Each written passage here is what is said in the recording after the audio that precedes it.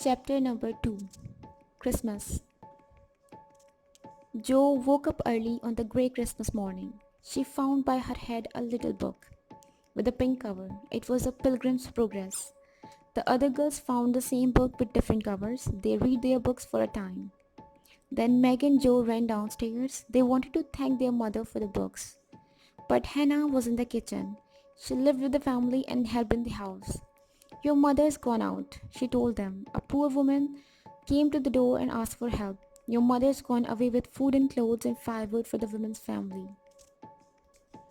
But she'll be back soon, said Meg. I must take her Christmas things out of the cupboard.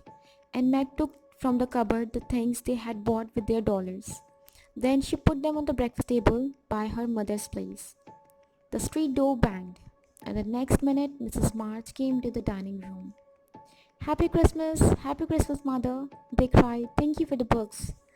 Happy Christmas, little daughters. Now, before anything else, I want to tell you about a poor woman.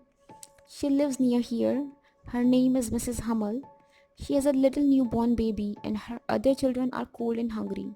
My girls, will you let them have your breakfast for Christmas?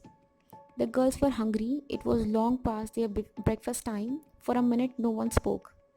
Then Jo said, I am very glad you come before we begin to eat it.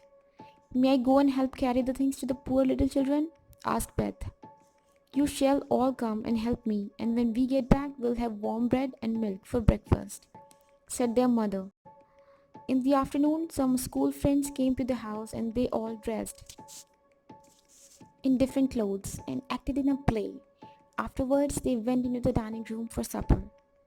What a wonderful surprise! Instead of the usual light supper, there were a great many things to eat. Cakes and fruit and sweets were there, and flowers in the center of the table. It took their breath away. They looked first at the table and then at Mrs. March. It's Father Christmas? Said Beth. Mother did it, said Meg, smiling. All wrong, said Mrs. March. Old Mr. Lawrence sent it.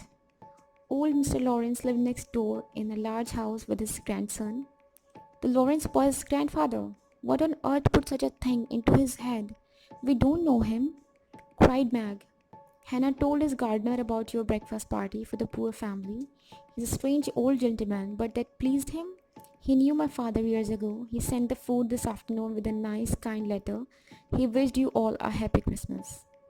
The boy put it into his head. I know he did, said Jo. He's a nice boy. One of their school friends said, my mother knows old Mr. Lawrence. We asked the boy to a party, but he didn't come. His grandfather keeps him in the house most of the time, and he doesn't have much fun. Our cat ran into his garden once, said Jo, and the boy brought her back. I spoke to him for a minute over the garden wall. I want to meet him again one day.